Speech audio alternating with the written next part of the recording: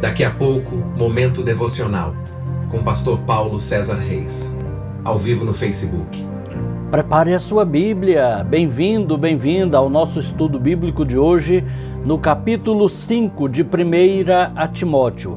Daqui a pouquinho, há tempo ainda de você se preparar, abrir a sua Bíblia, preparar o seu ambiente, a sua melhor atenção, para juntos estudarmos mais um capítulo da Bíblia. Na próxima ministração, teremos encerrado o estudo minucioso de mais um livro do Novo Testamento, a primeira carta de Paulo a Timóteo. Daqui a pouquinho.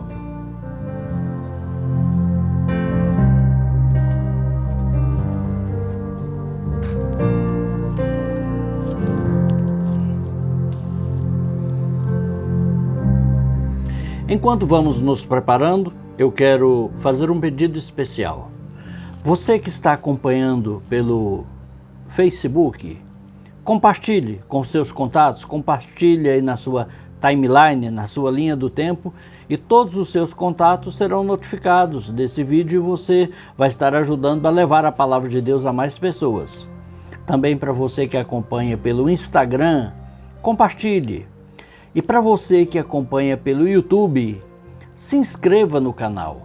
Ajude a que esse canal alcance 1.000 inscritos e assim o YouTube vai perceber a relevância desse material, desse trabalho e recomendá-lo para mais pessoas através dos seus algoritmos, certo?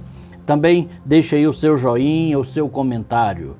Também pelo Instagram e pelo Facebook, você pode observar lá o meu contato e falar comigo como você preferir, lá nos comentários, pelo WhatsApp ou por e-mail, conforme você quiser e precisar. Estou à disposição para ministrar atendendo às igrejas, seminários de vida cristã, de serviço diaconal, de escatologia, escola bíblica de obreiros e temas bíblicos afins.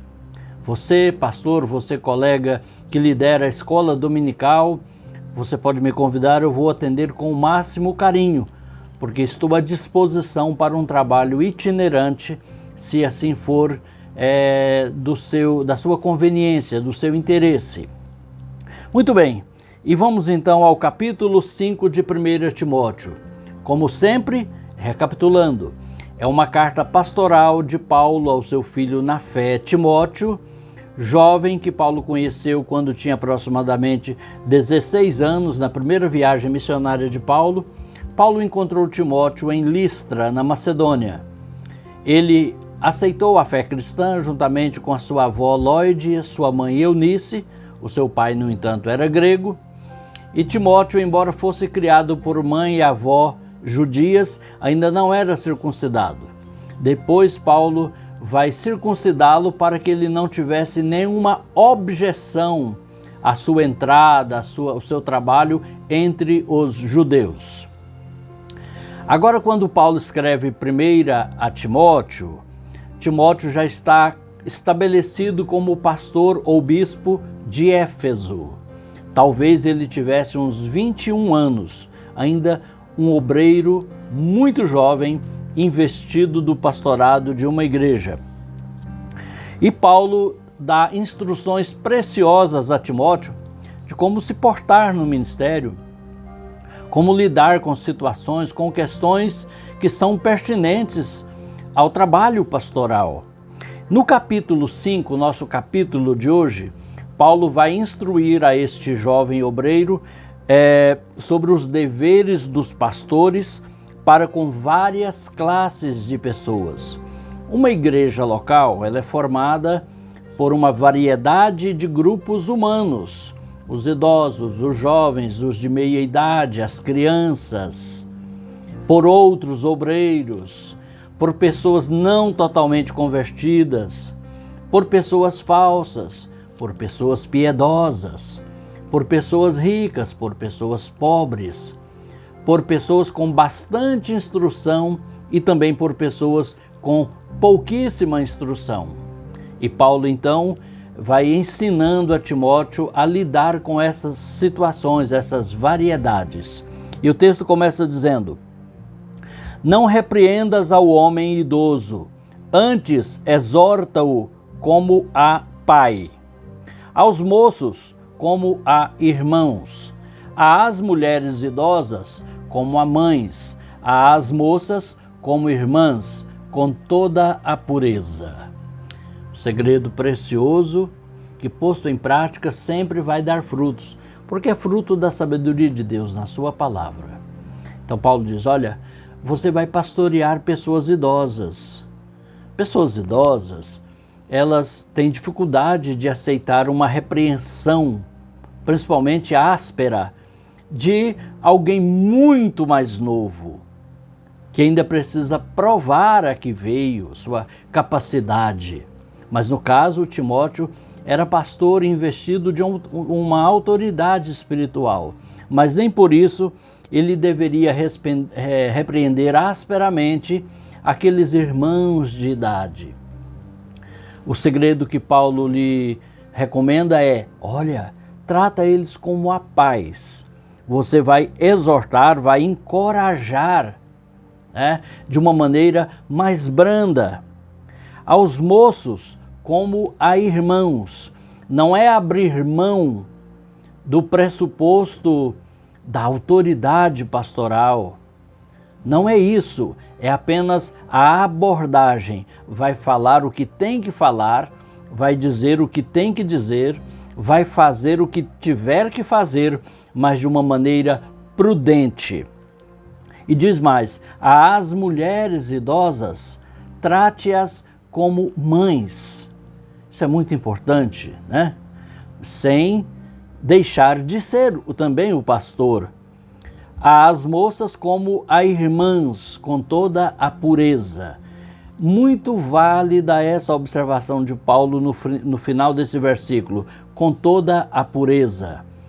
O trato de um obreiro, de um homem cristão e, sobretudo, de um pastor, de um líder, com as mulheres da sua comunidade, da igreja onde ele pastoreia, deve ser muito prudente. A pureza no olhar, no falar e também nos gestos, para fugir de toda a aparência do mal. Ainda que haja uma confiança, um conhecimento de longa data e, portanto, uma liberdade quase familiar, há que se evitar a aparência do mal. Ser puro e parecer puro. Vamos em frente. Agora vai falar como tratar com as viúvas. Nos dias do Império Romano, em que Paulo escreveu essa carta a Timóteo, os homens morriam com muito maior frequência por causa das guerras, das pestes, dos combates, e haviam muitas viúvas de todas as idades. E essas viúvas ouviram o Evangelho e se converteram, e passaram também, a partir daí, a fazer parte da igreja, inclusive em Éfeso, uma das 4 cidades mais populosa do Império Romano. Então Paulo diz assim, honra as viúvas verdadeiramente viúvas. Talvez você está pensando em honra aqui como elogio. Também, mas não é esse tipo de honra. É uma honra material, financeira. Porque desde o seu começo lá em Jerusalém, a partir dali do dia de Pentecostes, quando a igreja começou efetivamente como eclésia, chamados para fora como igreja, ela já fez a assistência social. Ela praticou e pratica até os dias de hoje. Toda verdadeira igreja evangélica, ou toda igreja verdadeiramente evangélica, ela pratica assistência social. Ela cuida dos mais necessitados. Essa não é a sua bandeira. Não é o seu triunfo social, o seu crachá de identificação. Mas isso faz parte da sua missão e da sua vocação, inclusive das viúvas. Talvez nos dias de hoje a gente pode pensar que uma viúva não é tão desvalida assim, de repente ela era esposa de um homem com alto salário e, portanto, ficou com uma boa pensão, uma boa aposentadoria. Talvez ela mesma tivesse sua carreira profissional, sua renda, ou quando não, ela no mínimo vai receber o LOAS do governo federal, quem sabe, de um salário mínimo para sua manutenção básica, para sua subsistência. Mas nos dias do que o apóstolo Paulo escreveu, não havia nada disso, né? Uma viúva realmente, e geralmente tinha uma quantidade numerosa de filhos, ela passava muitos perrengues, muitos apertos. Então Paulo diz, olha, honra materialmente, porque daquilo que se trazia às reuniões da igreja como contribuição, uma parte era para o sustento dos obreiros, o Paulo vai falar disso também aqui, mas uma parte também para assistência aos necessitados. Lembrando que não havia ainda a construção de casas de oração específicas, próprias, públicas, como temos hoje, em virtude da perseguição do Império Romano. Muitas vezes as reuniões eram secretas, às madrugadas, nas cavernas, nas beiras de rios, nas montanhas, onde se pudesse fugir dos olhos e da perseguição dos judeus e do Império Romano. Então, a renda era mesmo para ser investida diretamente na propagação do Evangelho. E as reuniões eram nas casas ou, como disse, nos lugares mais improvisados em virtude da perseguição, mas todos os que criam sempre buscavam estar juntos, reunidos, congregando.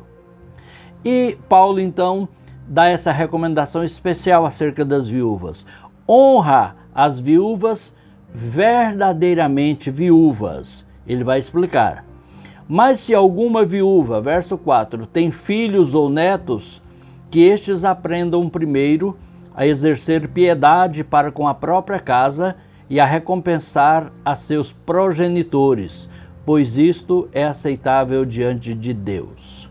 Então imagine uma mulher viúva, desfavorecida financeiramente, e agora então, com os filhos, né, com os netos, talvez, se já é de mais idade, quem tem a primeira obrigação para com ela é a própria família, é o que Paulo está dizendo. Ela tem filhos, tem netos.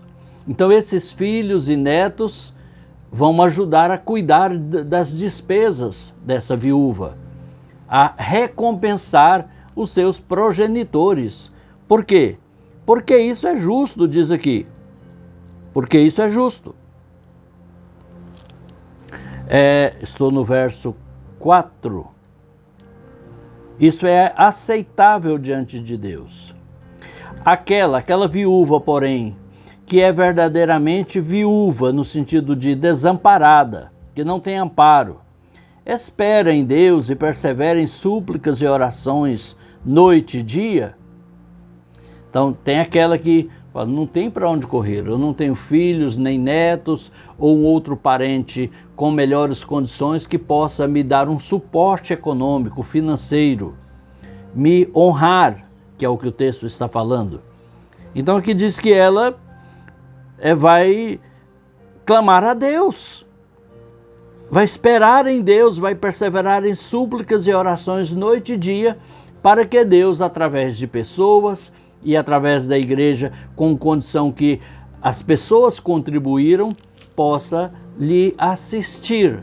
Mas aí Paulo vai falar de uma outra categoria de viúvas, que eram mulheres que, na sua viuvez, se entregavam aos prazeres mundanos, carnais, aos amantes, ao comércio sexual, à prostituição, no caso. E aqui diz que a que se entrega aos prazeres, mesmo viva, está morta. Isso vale para a viúva, para o viúvo e para qualquer pessoa. Uma pessoa que se entrega à carne para viver em pecado, mesmo viva no corpo, espiritualmente ela está morta. E Paulo diz no verso 7, prescreve, pois, estas coisas para que sejam irrepreensíveis. Ora, se alguém não tem cuidado dos seus, especialmente dos da sua própria casa, tem negado a fé e é pior do que o descrente. Isso aqui é uma verdadeira lapada, uma bordoada em todos nós, no sentido de que a gente não pode descuidar primeiro da família. A família vem em primeiro lugar até em assuntos espirituais, mas também em assuntos materiais. Eu não posso mandar um dinheiro para um programa de TV que faz aquele apelo emocionado que eu vou deixar de assistir às necessidades básicas da minha casa. Não estou falando de luxo, estou falando do básico. Ah, mas é um ato de fé. Olha na Bíblia, olha no Novo Testamento, você está mandando fazer isso. Mas lá fala que vendiam as casas e traziam o dinheiro e punham aos pés dos apóstolos, aqueles que tinham propriedades, no plural. Eu tenho mais de uma casa, eu posso vender uma e doar, se o meu coração se abrir para isso? Posso. Mas não era vender a casa de morar. Não era desassistir a família, sabe? Então, o texto é bem claro. Eu tenho que cuidar primeiro da minha família. Porque senão vou estar negando a fé e sendo ou agindo pior do que o incrédulo, do que o descrente. Verso 9. Não seja inscrita, senão viúva, que conte ao menos 60 anos de idade, tenha sido esposa de um só marido. Essa inscrição a que se refere aqui é porque havia uma lista de pessoas assistidas pela igreja. Talvez na sua igreja, como na minha, também tem uma lista de pessoas que são assistidas enquanto precisarem, ou semanal ou mensalmente, durante um tempo, por cestas da igreja, ou por um botijão de gás, por uma receita médica que vai ser aviada na farmácia, e assim por diante. Mas o que Paulo está recomendando, olha, viúva nova que tem força, vigor para trabalhar, não seja inscrita. E também, mesmo que tenha idade, não basta ter idade, tem que ter piedade, vínculo com a igreja. Ah, mas não é uma coisa para todo mundo? Não, não é para todo mundo. Para todo mundo é o governo. A igreja assiste primeiro os seus domésticos da fé. Confere o que está escrito em Gálatas capítulo 6. Ora, enquanto temos tempo, façamos o bem a todos, mas principalmente aos domésticos da fé. Doméstico é aquilo que é da casa, que é do lar, que é pertinente à família, no seu círculo mais restrito. É claro que todos fazemos parte da grande família humana. Num círculo mais restrito, todos os crentes fazem parte da família da fé. Mas ainda num círculo mais restrito, nós fazemos parte de uma igreja local. E é nesse círculo mais restrito que Paulo vai falar aqui, dizendo, olha, não seja inscrita senão viúva que conte ao menos 60 anos de idade, tenha sido esposa de um só marido, seja recomendada pelo testemunho de boas obras, tenha criado filhos, exercitado a hospitalidade, lavado os pés aos santos, socorrido a atribulados, se viveu na prática zelosa de toda boa obra. Então essa aqui era uma viúva para ser honrada, inscrita e honrada financeiramente pela igreja, porque não havia um recurso público governamental para isso, como existe hoje. Hoje existe, naquele tempo não existia. Então a igreja assistia a esses. Inclusive o apóstolo Tiago vai dizer, né? Escreveu, a religião pura e imaculada para com Deus nosso Pai é visitar os órfãos e viúvas nas suas tribulações e a si mesmo se guardar das contaminações do mundo. Então observe que visitar, que é acompanhar, suprir os órfãos e viúvas nas suas tribulações, naquelas necessidades que são realmente gritantes, né? Não é bancar o luxo de ninguém, não. Isso não é obrigação da igreja, nem do governo, né? Mas é aquilo que é básico, que é humanitário. Muito bem, e prossegue dizendo: mas rejeita viúvas mais novas, porque quando se tornam levianas contra Cristo, querem casar-se, tornando-se condenáveis por anularem o seu primeiro compromisso. Ou seja, não é que Paulo está condenando o casamento. Me espera aí no verso 14 que nós vamos falar disso. Paulo não está condenando uma viúva, principalmente uma viúva mais nova, de querer casar-se outra vez. Não, de maneira alguma. É permitido pela Bíblia. Ah, mas a mãe do falecido vai ficar com a cara virada para mim e eu moro no mesmo lote que ela. Busque de Deus uma solução, mas a irmã que enviuvou-se e ainda sente a necessidade e o desejo de casar-se, você estava ligado ao marido enquanto ele viveu. Lembra do até que a morte os separe? Pois é, a morte separou. O casamento não é para a eternidade. Isso é doutrina mórmon. Na doutrina bíblica, o casamento é para a vida, enquanto ambos viverem.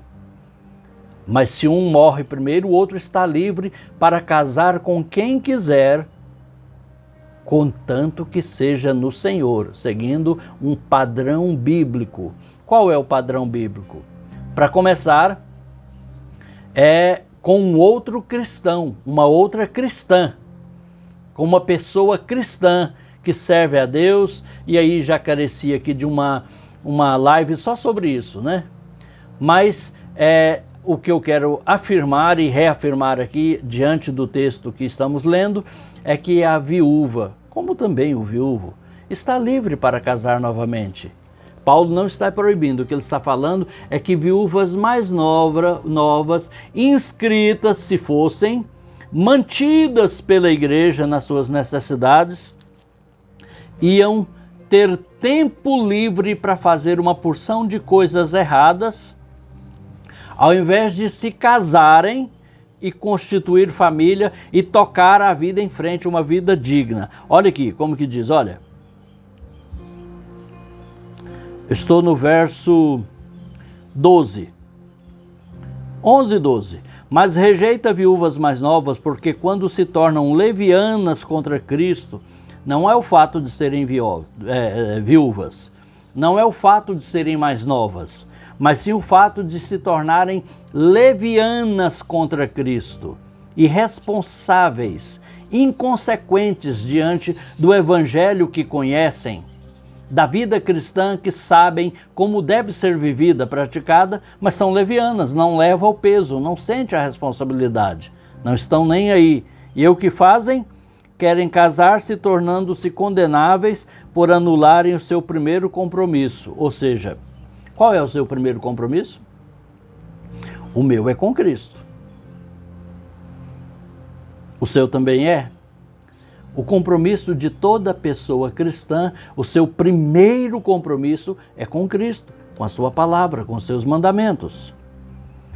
Além do mais, verso 13, olha, imaginemos que essa viúva nova, e permita-me, fogosa, que está vivendo agora nos prazeres, que está leviana contra Cristo, que está anulando o seu primeiro compromisso, que é com o Senhor Jesus, ela está sendo assistida pela igreja materialmente, honrada.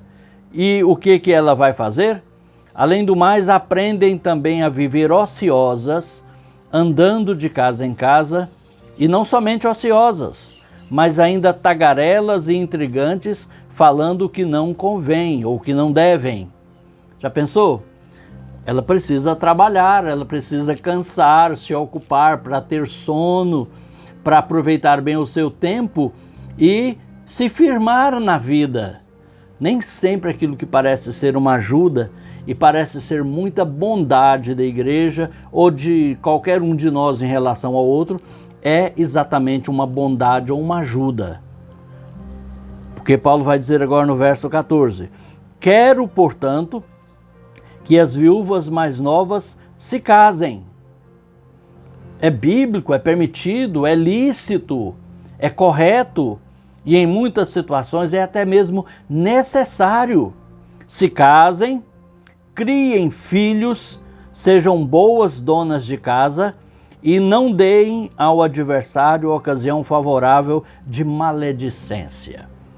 Se você, como eu, já morou numa cidadezinha do interior, sabe que uma viúva nova é vista como um perigo pelas demais mulheres da igreja mesmo. Não estou falando só da comunidade restrita, da igreja local.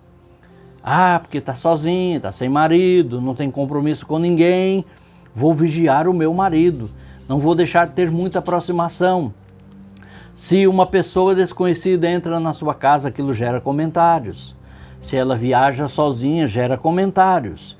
Por isso Paulo diz, olha, que elas se casem, criem filhos, sejam boas donas de casa e não deem ao adversário, que aqui são pessoas que se opõem à fé, não é adversário com A maiúsculo, que é o diabo, não. É pessoas. Não deem às pessoas contrárias à nossa fé ocasião favorável de maledicência, de comentários maldosos. Ficar viúva não deve ser fácil. E ficar viúva e evitar as maledicências, as conversas, não deve ser fácil também. Mas a recomendação do apóstolo Paulo é a vigilância, é manter o seu primeiro compromisso, que é com Cristo. Verso 15, pois com efeito já algumas se desviaram, seguindo a Satanás. Olha as consequências, né? Se alguma crente tem viúvas em sua família, socorra-as. Estou no verso 16. E não fique sobrecarregada a igreja, para que esta, a igreja, possa socorrer as que são verdadeiramente viúvas. Você compreendeu isso aqui? Se alguma mulher, uma irmã, ela tem a filha, a sobrinha, a neta que ficou viúva, a família, primeiro a família, vai socorrer aquela mulher, para que a igreja possa ter condição de socorrer as que são verdadeiramente viúvas, desamparadas, sem a oportunidade de receber um apoio familiar, para que a igreja não fique sobrecarregada. Eu me lembro de um tempo, numa igreja, que a pessoa que liderava o trabalho de assistência social encampou toda a família, até a família distante, que morava em outra cidade, em outros bairros, nas cestas da assistência social da igreja. E quando alguém batia a porta da igreja pedindo um auxílio, um socorro imediato, não podíamos atender porque estava atendendo gente que congregava em outro setor, em outra cidade, e até quem não tinha nenhum vínculo com a igreja, só porque era da família. A família é a primeira a assistir à própria família. Porque a igreja começa na família, começa na casa. Vamos ao verso 17, acerca dos presbíteros. Como eu já disse, os presbíteros, no grego é presbúteros, eram oficiais de uma igreja local, que atuavam como um pastor local, ou auxiliando o pastor local. No caso, em Éfeso, tinha o pastor Timóteo, que é o destinatário dessa carta, mas ali, em toda aquela comunidade restrita e até na comunidade ampliada, outras localidades vizinhas, tinham os presbíteros, que era um ministério local na palavra, enquanto os diáconos eram um ministério local no serviço físico, na parte física, de cuidar das viúvas, dos órfãos, das coisas pertinentes ao lado material da igreja local. Os presbíteros militavam na palavra, no ensino, na pregação, na supervisão da vida cristã daquela comunidade.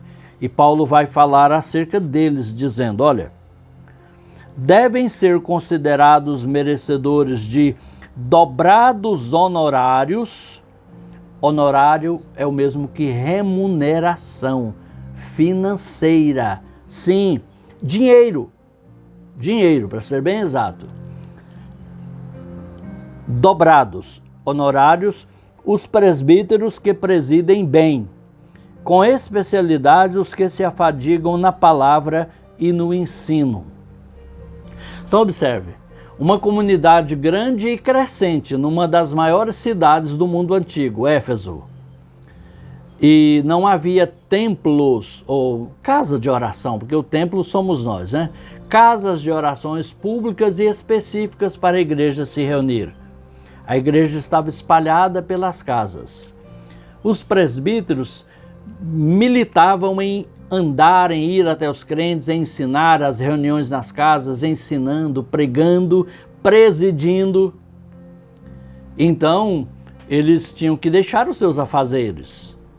Mas ele tem família, ele tem despesas.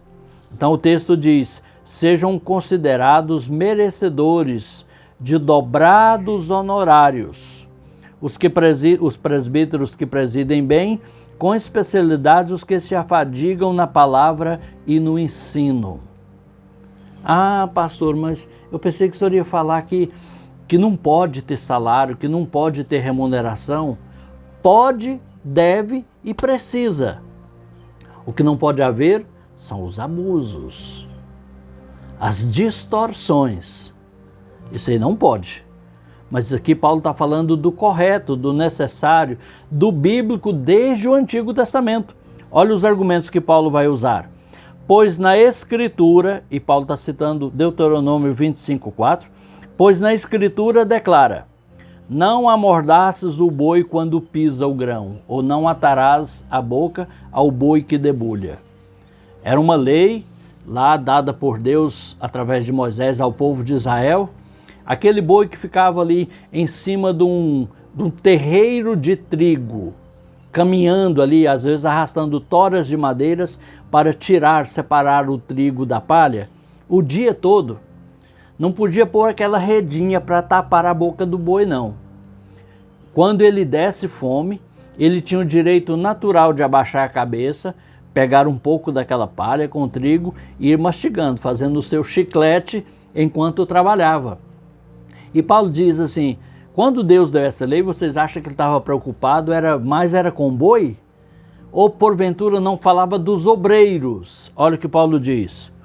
Não amordaces o boi quando pisa o trigo, e ainda, o trabalhador é digno do seu salário. Foi o que Jesus disse em Mateus 10:10, né? Então, se Deus teve cuidado com o boi, como não teria cuidado com os seus obreiros? E o modo que Deus usa para cuidar, para suprir os seus obreiros que estão na linha de frente, fazendo a obra, presidindo, afadigando, militando na palavra, no ensino, é o dinheiro que está no bolso do povo, dos irmãos, dos crentes. Não vem um malote com dinheiro do céu, está no seu bolso. E nós precisamos ter consciência disso. Verso 19. Ainda no verso 18, o trabalhador é digno do seu salário. Não é uma recompensa, não é uma gratificação, é salário, é uma troca. Ah, mas então não vai ter recompensa de Deus? Vai, porque o amor o dinheiro não paga. O sacrifício pessoal, o tempo despendido, às vezes uma vida inteira a serviço do ministério cristão, não tem dinheiro nenhum no mundo que paga isso. Mas o tempo ali, a subsistência, né, aquilo que é visto como uma relação laboral de trabalho, precisa ser justa e precisa de uma justa remuneração. E é disso que Paulo está falando. Ainda falando dos presbíteros, Paulo diz no verso 19, não aceites denúncia contra presbítero, senão exclusivamente sob o depoimento de 2 ou 3 testemunhas.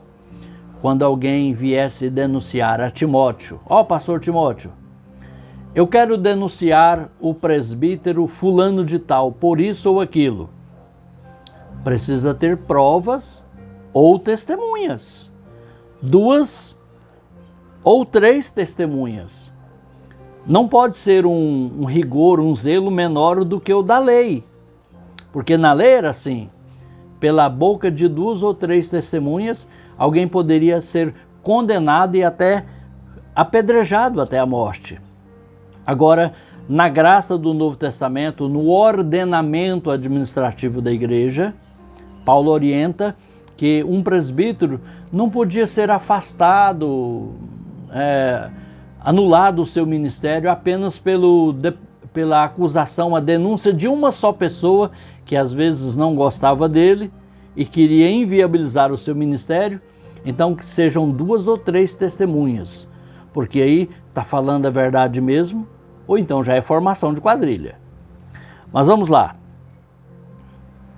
Quanto aos presbíteros que vivem em pecado, repreende-os na presença de todos, para que também os demais temam. Por que um tratamento tão duro, repreender publicamente, à vista de todos? Porque a quem mais foi dado, mais será exigido. Eles não eram apenas cristãos comuns, eram líderes, ensinadores, pregadores, que presidiam trabalhos ou reuniões. Então, a sua conduta escandalosa, ela vai interferir e influenciar mais pessoas. Por isso, a repreensão pública também vai repercutir para que outros não façam o mesmo. Verso 21, já estamos na reta final.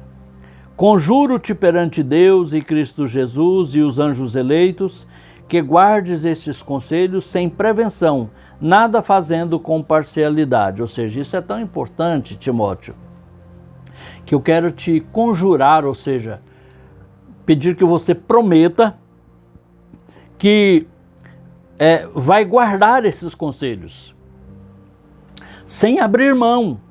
Diz aqui, olha, sem parcialidade. Porque um líder, ele tem que julgar situações e condutas, e ele precisa ser imparcial para ser justo. Ele precisa ser justo e para isso precisa ser imparcial. Não pode se levar por afetos familiares, afetos de amizade, conchavos de companheiros, de grupismo. Precisa agir com justiça naquilo que ele tem que decidir. E diz mais aqui, a ninguém, verso 22, a ninguém, e é ninguém mesmo, a ninguém imponhas precipitadamente as mãos. O que era impor as mãos? Não era orar pelas pessoas, não. Para cura divina, para a solução de um problema. Era para separação ministerial. Para conferir àquela pessoa, à vista da igreja, um encargo, uma liderança. Paulo diz, a ninguém imponhas precipitadamente as mãos. Não te tornes cúmplice de pecados de outrem. Conserva-te a ti mesmo puro. Ou seja, se você sabe que a pessoa, você não sabe, não observou a conduta dela, e impõe as mãos separando ela aí para um cargo ministerial, para uma liderança. E de repente aquela pessoa está com uma vida escandalosa, em pecado, que ainda não tinha eclodido, não tinha vindo à tona. Você também vai se queimar. Observe melhor. Não seja precipitado, Timóteo. Examina primeiro a pessoa a quem você intenciona separar para a obra, para o ministério. E Paulo dá um outro conselho importante, direto, pessoal a Timóteo sobre o seu cuidado com a saúde. Não continues a beber somente água. Usa um pouco, vou frisar, um pouco de vinho, por causa do teu estômago e das tuas frequentes enfermidades. Quanto de vinho? Um pouco. Conta-se, segundo as pesquisas, que era comum as pessoas diminuir ou aumentar a acidez estomacal para controlar ali o pH, né, a acidez, por causa de refluxo, por causa de outras doenças, colocando um pouco de vinho, que era vinho, não era aguardente, não era vodka, não era bebida destilada, que na Bíblia é chamada de bebida forte ou bebida alvoroçadora. Não, era vinho na água, diluído ali um pouco, né? Frisando-o pouco. Então o propósito não era se embebedar, era um propósito medicamentoso. Os pecados de alguns homens são notórios, todo mundo fica sabendo e aquilo leva a juízo, diz aqui. Ao passo que os de outros só mais tarde se manifestam. E o povo cai o queixo, mas como que escondeu durante tantos anos, viveu em pecado? Gente, como é que é uma pessoa viver tantos anos em pecado? Estava na igreja, cantando, pregando, falando e tudo. Paulo diz aqui, olha, só mais tarde se manifestam. Foi a misericórdia de Deus, a longanimidade de Deus, dando tempo, dando oportunidade para aquela pessoa se arrepender. Portanto, será inexcusável no dia do juízo. Verso 25 para terminar. Da mesma sorte também as boas obras antecipadamente se evidenciam, e quando assim não seja, não podem ocultar-se. Em outras palavras, o que está dizendo aqui, mas as boas obras que as pessoas fazem, se não forem manifestadas agora, mas mais à frente elas serão manifestadas. Não ficarão ocultas. O que uma pessoa fizer de mal ou de bom, ela vai ser julgada por isso. A Bíblia diz que todos nós, Paulo disse, né? Está na Bíblia, que todos nós haveremos de comparecer diante do tribunal de Cristo para receber o que tivermos feito por meio do corpo, ou bem ou mal. Então, ninguém viu o bem que eu fiz, ninguém agradeceu, ninguém reconheceu. Um dia a boa obra será reconhecida. É mais tempo ou menos tempo, mais dia menos dia, ela virá à tona e receberá o seu justo galardão, porque ninguém faz nada de graça para Deus. Deus abençoe por sua companhia, por sua atenção. Reitero aqui o meu pedido, se inscreva no canal, deixe o seu joinha e recomende para mais pessoas aí no YouTube, no Instagram e no Facebook. Fiquem todos com Deus, a paz do Senhor a todos.